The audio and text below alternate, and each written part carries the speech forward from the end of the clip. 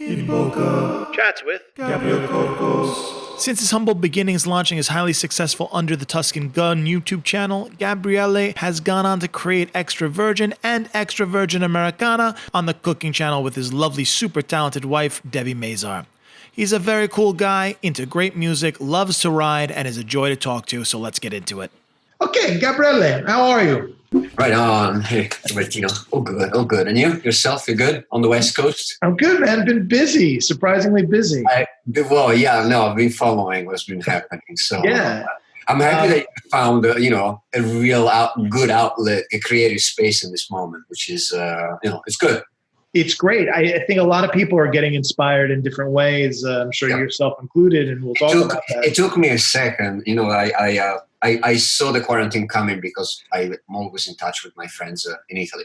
Sure. So as things started happening there, I forced my family to lock in like a week prior all the mandatory stuff. I took my kids out of school. I did my grocery shopping and everything. So in theory, even if the quarantine here, the stay-at-home order is like 50 days and something, we've done basically 2 full months. Wow. Already. And in the very, very beginning, I'm an introvert to a degree. I love staying at home, reading my books, not having too many people around. But when it's not your choice, it's very, very different. Yeah. So all of a sudden, I started feeling not even motivated. I couldn't read a long book. I started reading stories instead of diving into a serious book. I couldn't binge watch stuff. Right. And a lot of people started asking me, please start streaming. And everybody was doing their little show. It took me a while to get to the point where it's like, well, look, if I don't want to feel alone anymore, let's get ourselves out there. And, what amazes me is the way that we can now create connections, meaningful connections with people. Yeah. It took me a second to get there and start streaming my lives and stuff. And then obviously, weeks ago, I spoke with Peter, I discovered your projects. And funny enough, I have some of those few books because the Tuscany one was given to me by a dear friend of my mom on the day of my wedding, 19 years ago. That's wild. And I didn't know much about the publisher or the story of the whole 20 books.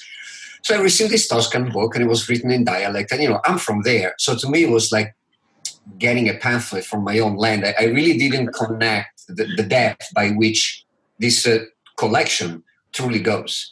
As the years went by, I got 1, I got 2, and then I discovered your project. Well, when did you start? About a month ago, 3 weeks ago? The day before the quarantine is when we shot. And I have finished my whole collana. I bought there you go. The only good thing is that one of the things that I have noticed is that much of this imported work here in the United States is extremely, extremely expensive. So if by any chance you have a friend in Italy or your mother or a family or anybody do what I do, go on ebay.it. Yeah. Purchase all this stuff. Don't give the secrets away. Don't give. This is not a secret giveaway channel. I bought. I kind of got them all. And the funny thing is that they are incredibly affordable. And I think it has to do with what we take for granted when you're in Italy, and what we do not take for granted, like it happened to me once you leave Italy behind. The value and the change in price and the value that you give here is because having it available here allows you to connect. So you look for it, you buy it, you read it, you dive into it. When you buy it there, it's like nobody really raves about pasta when you're living in Italy. You know what I mean? It's like it is part of your life. So, who buys the cookbook of their own country? You know what I mean? That's a good question. And I think it was made for Americans originally because I was talking to Pasquale Cozzolino, the pizza chef, and he was saying that all his friends who are chefs in Italy don't know this book at all. But everyone they talks to in the States, all the chefs know this book. So it's interesting where it was famous and why. It is. It is. It is. Obviously, Julia Child did the American cooking. Everybody's got, the French chef, the American chef. But I see a lot of Europeans buying American cookbooks or Parisian cookbooks or French cookbooks, and vice versa. It's a way of trading culture and work and recipes. Yeah. So, we're working on a series that does just that too. It's that cookbooks don't lie. They don't lie about culture. They're the main line to the people. You can't screw around with food. The taste is the taste. So it's not like a guidebook or politics. They're always there for you. Books are really good friends. Yeah, they don't judge you. You can start it like. My problem is that I have a little bit of a ADD in terms of like, my brain is always scattered all over 1,000 projects. So I'm always reading like 4 or 5 books at the same time. Sure. I get really excited about one. I read the 3-4 chapters and I really want to finish it. And the day after I start something different. So right now, I have about 1, 2, 3, 4, 5, 6, 8 books. I'm reading 4 of them. And I started my quarantine. Yeah, but quarantine really didn't help. Summertime vacation is what you really need.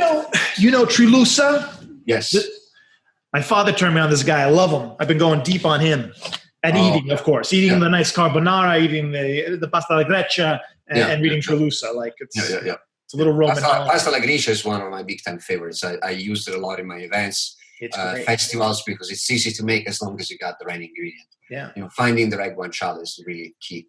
I mean, tell me about the cooking Italian food, because obviously you're a master at it. Like, what is the key? Is it just the ingredients? Is it that it's simple, but the ingredients are so strong? Why is it so special? Oh my gosh, honestly, it's really hard to say. I think it's the spirit more than the ingredients. I think it's the who are you cooking for? That is, to me, that is what motivates me. The funny thing is that when I am by myself, if I'm traveling, if I'm home by myself, I really don't cook for myself. Right. Like I find pleasure in the junk or in the things that I wouldn't make if my kids were around. Sure. But to me, it is a serious act of love, raising my kids and then cooking for my wife and making sure that my house always has a decent pantry, decent fridge. And it is has that little bit of a therapy component because it's kind of like my hour and a half every single day. That's the problem with me cooking. Like if I make dinner, sometimes we'll make a quick dish of pasta. Sure. So in 45 minutes, it'll be ready. But the other day, I made a roast, and fresh bread. I spent 4 hours in the kitchen. You can. Yeah, well, but this is the thing. Like, I do not judge the American way of living because productivity comes before self-care here in the United States. I do not judge who works really hard and does not have the time to cook the way that I cook. I am privileged because I force myself to carve out the time to do that, but I do not know that many friends that at 5:30 in the afternoon are able to be home cooking dinner for their family. Sure. So 7:30, make sure that the homework is done and all that kind of stuff. Sure. So, but one of the things that really happens is that you take it for granted when you're growing up in Italy, and then all of a sudden I was in Los Angeles. And when I arrived in Los Angeles 20 years ago, if you really wanted to eat good Italian food, you had to go to Giorgio Baldi in Malibu, Spago, some Beverly Hills spot. Like really good Italian food 20 years ago was not represented. There was Campanile with Nessie Silverton and Mark Peel. She had the La Brea, the La Brea Bakery was starting off to swell, but good Italian food was really, really expensive, and it wasn't represented. Italian street food was not represented. Italian bread or pizza were not properly represented. So that was really what started off our blog with me and my wife. I mean, I was on Facebook the other day looking at my private videos that I have archived. My first episode is 17 years ago. Wow. So YouTube is 18 and a half years old. Yeah, you started on YouTube. Yeah, you were like one of the first. We started off when food on YouTube was not a thing. Which is amazing, man. It's so cool for everyone out there that starts on YouTube, like to see how far you've come and what you've made. We had a camera that was given to us for a wedding. We decided to do it simply for fun and in order, really to share simple recipes that are, budget conscious, that are, little postcards. And then eventually, things started picking up. We started getting invited to judge, on the Gordon Ramsay show or on Top Chef and all that kind of stuff. And then little by little, then we got called by the Food Network. And when they launched Cooking Channel, we were their first family, their first fully produced show. That's wild. And it was truly fantastic because I just like to communicate. Not really like the passion that I have, because the passion that I have for food is just a matter of me sustaining myself and eating the things that I want to eat. So it is not that I wouldn't consider myself like the passion that I have for music, of creating. For me, being in the kitchen is truly just a simple expression of my character and who I am. I do it sometimes without thinking. Sometimes it's therapeutic. Sure. But for the most part, I just roll in auto mode, which is one of the reasons why I closed my restaurant in New York City. When I arrived in New York City, I had the show, I had the investors. They all wanted me to open the big thing in Manhattan. And I didn't think that my cuisine was could be well represented if I was in Manhattan and not being able to sell a dish of soup at $9. Right. Because if you have a rent in Manhattan, your dish of soup has to be almost $20. And still bread and beans, that's not what Tuscan food is about. Right. And I opened my place on my own, 5 years. First 3 were fantastic. The 4th started getting boring, like a Vegas show. It used to be the same pace. And the moment that my life started depending on my cooking, I started resenting the cooking. Sure. And it became a job. It's so, I have so many friends that are artists, and sometimes you have to say yes to the gig. If you're a painter, you struggle with your life. Then one day they're opening a new hotel and they're like, look, do you want to do 100 paintings? It's crap, but we'll pay you all 100. You do that. It takes the soul out of the work that you do, but sometimes you got to survive. And I got to that point where I had to make the decisions like, okay, do I want to turn this into a real career? Try to grow it, dive myself into it. Yeah. And I decided not to because I want to be home at night. Yeah, you got to be careful of chasing your dreams, man. If you catch up to them, they become reality. And no one wants to live reality. The funny thing is that I consider myself lucky enough. I achieved so much here in the United States, more than I ever thought. I have a nice, beautiful 2 daughters, a wife that loves me. And we're planning to move back to Tuscany. So like my life is at a good point. I am pretty satisfied and fulfilled. You have an amazing library. You're surrounded by books. Oh my gosh, yes. And a medal back there. I mean, what did you run somewhere fast? What's that medal? Which medal? Oh no, that's my James Beard. Oh, casually in the background. You should be wearing that all the time. The funny thing is, this is the thing about Cookbook. When I was on the network show and I had more money to spend, I just buying everything that came out. I used to get free stuff from my publisher because I was under contract. I was constantly working with chefs every week. So like whatever work they did, I have about 1,700 titles, only of food. About 300 are Italian, in Italian. All the rest is from around the world. Mediterranean, South American, a lot of American, not much French. But I don't read them. But you have them. Well, they provide inspiration when I don't dive too much into it. You know the castration that comes from reading a recipe, shopping for the recipe, looking at the pictures and not being able to get to that picture. Yeah, I find it unfair because you lose your money, you lose your fun. So I buy the books, I read the introduction, I read the prose, I read the titles, and I look at the pictures. Right. I try not to look at the ingredients sometimes, or maybe like I give it a glance, but I never print a recipe and bring it to my kitchen. I'm like, I can do this. And even if I mess the ingredients or replace some of the ingredients, that's where the fun comes in. It's yours. So and we talked about this before, especially with these books, these In Bocca books. The recipes are very like your mother telling you on the phone. Yeah, so like there's a lot of interpretation. You're making your sauce when it says make a sauce. Make a mayonnaise. So it's and then I think it's truly a secret to develop your own personal recipes because ultimately you're feeding your loved one or your friends or yourself. So make something that you like. And that doesn't mean that my recipe is the one right for you. If you want to replace some ingredients, like by all means, absolutely do that. That should be the spirit. And cook with what you have available. If you don't find an ingredient, be flexible enough to just replace it. Find something else. Well, let me ask you this. Now just don't replace guanciale with bacon. Listen, there's certain things that pancetta, yes. Bacon, no. Look, now that we're in quarantine and things aren't readily available and you have time in your hand, like how has your relationship with food changed? The funny thing is that it hasn't. I started stocking my pantry 2-3 weeks prior to the quarantine. I never did the big shopping. I started bringing home more stuff in the first few days, cooking extra, freezing stuff.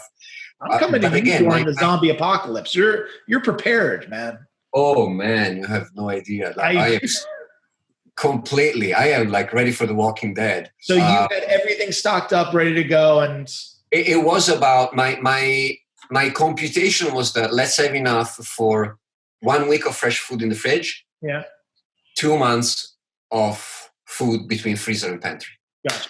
Done. So as long as I can shop once a week to replenish my fridge, I'll keep on eating fresh, whatever I find, and I'm safe because I do have like every can that I've used to make a sauce or every beans, I replenished it. I just keep on buying it and pulling it back. But again, my cuisine is so simple that I don't buy precious ingredients. And if one day I cannot get, the imported expensive burrata cheese that flew over from Naples, so be it. it's fine. So really, to me, it's really about the basics, having, good peeled tomatoes, some decent boxes of pasta, whatever fresh vegetables I can get. Sure. I am very lucky because on my block, on the avenue where I shop, there is possibly one of the best butchers I ever been in my life. Yeah. Family business, hardcore Italian Americans. I can find meat sometimes better quality than I can find it in Italy. That's one of the ingredients of American culture that to me is better than very often they can compete seriously with Italian ingredients. That's meat and butchery. Your beef, your cattle, especially stuff that comes from Montana, like the empty spaces, like really, really. I mean, they just started doing what do you call it? They're making you buy less meat in the stores now. You can only buy a certain amount of meat at Costco. There's a meat shortage going on. I've never been in Costco ever in my life. Good, awesome. Who's this butcher you go to on your block? What's the name? So my butcher is called United Meats. I live in Park Slope, Brooklyn, so it is on I believe 9th Avenue. And we only have 2 blocks of shops, and that is I would say one of the best Italian American stores I've ever. I find my imported Italian Nutella. I mean, they tripled the price and it tastes the same, but at least it comes from Italy. The pasta is fantastic, and their meat is truly great. I do not freeze meat unless it's pre-cooked or unless it's really an emergency. I think I have a piece of roast beef maybe in the freezer. Sure. Meat is one of those ingredients that I shop when I'm putting it on the menu, or when I'm planning. Let's say if I'm planning meat tomorrow, maybe the day after, if it's chicken, I'll buy it. If not, I wait until I want it, and then I get in line like everybody else with my mask and my gloves and my Slayer and the headphones, and I just not like pretending I have some hair to roll around, and that's it. In spirit, you have lots of hair. I can see it. In spirit, all flowing, beautiful hair. They're in a parallel universe right now. So listen, in the film In Bocca, which I'm interested to hear what you thought of, we really wanted to buy the best of the best ingredients because Italian food, like you said, is simple. It's simple ingredients. If you're doing it right, it's from the home. It's things that mothers and families made for their families. So as a chef, as a very good chef, what did you think about 2 non-chefs cooking? Like, what did you see? What was funny to you? What was ridiculous? What was fantastic? Well, you're lucky. Like, I didn't see anything ridiculous. So at least we start with that, which is great. I would say that anything that pushes people to explore the realm of food and lose the fear behind and just like get to the stove and see what can happen, that is really the first step to start cooking something nice. You don't have to have a gigantic impulse to that or be overly aggressive. If anything, you need to be relaxed and get going. And I like that you found this combination between old stories, literature, heritage foods, simple ingredients, Italian-American history, and some Italian-American friends here in the United States to do it with. So to me, that is fantastic. The only thing, and that's the only thing. Bring it, I'm ready. 2 things. Can I bring it? Yeah, absolutely. You went a little hot on sound effects. Okay, I gotta go. It was real nice talking to you, but we'll talk again. And I would have cooked the guanciale just a little more. I would have browned it a little more. Okay. However, when you're working with nice imported guanciale, the meat is so cured that you don't need to overcook it because it's not going to make you sick. When you buy ingredients here in the United States, let's say a slab of pancetta, you want to make sure that you crisp that well because very often industrial grade or restaurant grade ingredients like pancetta are not cured long enough because everything gets chopped in bulk, cooked in bulk, and you don't have that micro perfect dose available. But no, your guanciale look fantastic. The pieces of meat look fantastic. Was the pasta al dente? I wasn't there to try it, so you'll have to cook for me eventually. Please, what a kind of an insult question. But no, I found. Look, I aside from the fact that you guys are friends, right? So I absolutely love the project, but it really connects with the work that I've been doing through the years. That is not just to find my own personal glory in the TV space and in the food space, but make sure that certain stories do not die off. Times are changing very, very fast. I cannot tell you the last book that I've seen my kids buy. They read everything digitally. They do not have When was the last time that you saw somebody smelling inside a book? Like when I buy a book, I mean, this is a paperback, but I know I always do that. And when books are old, when their books are used, there is that, right? And it's such a unique smell for every book, especially. It is incredible. It has to do with the paper, with the age, with the ink, with how many. Is it new? Is it old? How is the store? Was it humid? Was it dry? I was a little jealous of your project just because I do realize that coming out the gate with a new project as strong as you did, it is very, very hard. So kudos to you. I started off on my own years ago, and I was filming, editing, writing the music, putting on multiple platforms. It is a gigantic amount of work. So I really hope, and here I am available for whatever you guys need. I really hope that this turns into something bigger, that keeps you more occupied, that involves more people, and maybe one day we'll be, I don't know, riding bikes in Italy and going cook That's together. the dream, man. I'm throwing it out there, but do what I'll be there next year. With the people just you love. when you're coming, and we'll plan a trip. It is a lot of work, but again, if you do what you love, you never work a day in your life. And I really do believe you do it for the right reasons. But I thank you so much for being our friend and jumping on this. I mean, oh please, man. No, I mean it's amazing you're very famous. You're a great chef, and the fact that you would take your time to do this with us is amazing. And I taking the time. Look, I absolutely like the project. I think you guys are doing something very special that has a... But you didn't like the sound effects of the guanciale. Listen, Gabriele, I hear it, what's going on. It actually wasn't the effect on the guanciale. There was a couple of... I know, I went deep, man. Whatever. I was drinking a lot of wine. I was alone in a room. I hear you. I wish I had your editing skills. My new thing is like we're doing some live with my wife these days from the house. Yeah. So those clips are going live and unedited.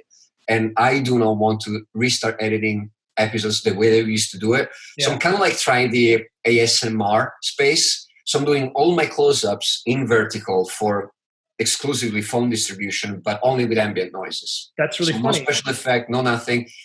And people find it kind of like calming, especially in these days. Like, don't listen to my voice. Sometimes there's no need for music, just like jump in. And very often, and that is also a testament to the way that I like recipes to be worked on. Sometimes you don't even need to give exact quantities. Totally. Learn to use your hands as a skill. Learn to develop the right pinch of salt for the right seasoning. Learn what you like. Like stop listening to how many cloves of garlic I use. Do you want to use one less, 3 more? Yeah. Why not? Like, it's going to be your stomach, not mine. Totally. So, and I feel like chefs, a lot of people know how to cook now, especially because of the internet and watching celebrity chefs cook. They already know a lot. So you don't need to, I hate watching tutorials where like, I know how to open a project. I know how to add a new thing, whatever. Just tell me the answer I need to know. Like, give me the advanced go. And what you're saying is basically, look, just watch me do it and like get inspired by like, oh, I see how this guy did it. I'm going to try it too. And then make it your own. Look, what I'm doing, and if you want to do another recipe, just go ahead. It's fine. Like, knock yourself out. More than heck. Absolutely. Yeah. Absolutely. So you guys have all the books? All of them? We now have all the books. It took a second. It took years. But we now have all the books. And we're developing it into a 20-part series. We're going to do each region. Fantastic. And yes, hopefully we'll all be on motorcycles, all 3 of us. Wonderful. Cruising through the Chianti Highway. I have discovered something about those covers that you have behind you. Yeah. There is a first edition cover and a second edition cover. There are. Il Vespro was the first, and then I'm going to butcher the name. I think Ikratos was the second. No. But I'm telling you, like, for instance, like the one on your left, so on your right behind you, the Milano in Bocca. That Milano in Bocca is the first one, and the same one with the Naples, both 1976, 1977. If you go and look at the one, let's say Sicilia, the Sicilia is a new one. That is the second edition. All the first one had more of a, they didn't have faces. So it was, and funny enough, like I like the second edition covers better. So I'll probably have to do first edition and second editions. I wonder, this must be a second then. Where are you? Which one? Oh, I don't see it. Let me see. Yes, that's the second, Piemonte. Yes. I love this fat guy. He's my favorite. I just like the fact that they look painted, that they look that they were, this publisher truly, every single book looks like it was made for you. And I think they were all collected by regional artists. In fact, I talked to the daughter of the book publisher, and she said the handwriting in the book is her aunt's. Her aunt wrote all the pages. So it's like, those kind of stories kill me when there was a real person that like put their blood and sweat into these things. Yeah, that's absolutely crazy. Super special. But these are the things that I am happy that we're doing, something to try to keep it alive. The next generation is really not paying attention to this kind of stuff. So, some people are, and I don't blame them for them. History is changing. No, if it's boring, it gets left behind. And, if you can make it exciting and fun, then... Or it's us just getting older and nostalgic. Yeah, it's our job to make it interesting. It's not history's job to stay relevant. Yeah. It's us. Yeah. You have to find the right angle to make culture interesting and fun. Totally. Because ultimately, this is history. This is culture. And you have to have a light approach to that. And in order to make it resonate, you have to make it light. It cannot be like, let's go to class, you got to study this. No, you have to be curious. Curiosity to me is the most important thing. Like my shirts and, heavy sound effects. It's good. Yeah. Gabriele, I love you so much. It's so nice to talk to you. Shirt, man. Happy Cinco de Mayo. Cinco de Mayo. Yeah. Can I plug my wife? I mean, can you plug your wife? Can I plug one of her projects? Today, her new show premieres on Amazon Prime. Today? Yeah, today, Cinco de Mayo. Dude, fantastic. 2 years ago, she came to me and she's like, look, they want me for a project in Spain, and it's to play Ava Gardner in the 50s, and I really like the script, and I would love to go. Can I go? I'm like, yeah, sure, just go. So she went for 3 months. Did this? It's an 8 mini series part, like a half hour each, so you can binge it in a day or two. And it's black and white, super high contrast HD. The story of Ava Gardner splitting up from Frank Sinatra, living in Madrid, in Pracuera. So a lot of Christianity, Puritans, but obviously she was like out of mind. And it premieres today on MHZ Choice, which is one of the channels on Amazon Prime. Okay. I will be posting on my social everything in my stories, but I'm truly proud of her project because we were waiting for that to arrive to America, and it took a good year and a half. In Europe has won every single prize. It was fantastic. It's really, really a good show, and I'm terribly proud. Dude, if anything, she left for 3 months to, at least the project is fantastic. Well, it's so exciting. I love Debi. She's amazing. And I'm going to post this as soon as we get off the call. I know. That's really fantastic, man. Well, look, I'm here cooking whenever you want. I'll be here waiting for you whenever you decide to come so we can start hitting every town with the book at hand. Yeah. In the meantime, congrats. I am really a big, big fan of your project. I think that it shows your ability also as a storyteller. So sometimes it's not just about telling a story. It's also about being able to tell it the right way. So congrats to you. Congrats to Peter. And I really wish you the best. And I want in. So you tell me what I can do for you. You are in. You're right in here. And you're going to be with us the whole way, man. I can't ride a bike without thinking you. So Fantastic. Like walking, one foot in front of the other. When are you guys posting the next episode? Next week. We're going to do one a week. So we should be good. Yeah. And what is it? Well, you know already? It's a secret. It's a secret? Yeah. All right. Okay. Fantastic. Yeah. Well, look, man, a big kiss to the West Coast. Yeah. Say hi to La La Land from us. God knows when we're going to be back there. Rock alive. Yeah. What is it, like 85 and sunny again? I don't want to make you jealous. It's okay. No, it's sunny. Raining. It's cold. Yeah. Don't worry about it. Yeah. I'm not wearing pants. I'm actually by the pool. Oh, that's really unfair. Rub it in, man. Rub it in. Yeah. I guess I'll go walk the dog. I'll get my gang mask. Just get your mask on. Yeah. La bandera. That's I've been rocking the pink camo just to keep it, very social. Very social. But yeah, great talking with you. I love you so much, and hope we'll see each other soon. Be well, my friend. Bye, everybody, and we'll see you soon. Ciao, ciao. Rock and roll. 20 rare cookbooks, 4 tasty dishes, 2 best friends. Watch the film, see the books, help Italy recover. Get hungry at ItalyInBocca.com.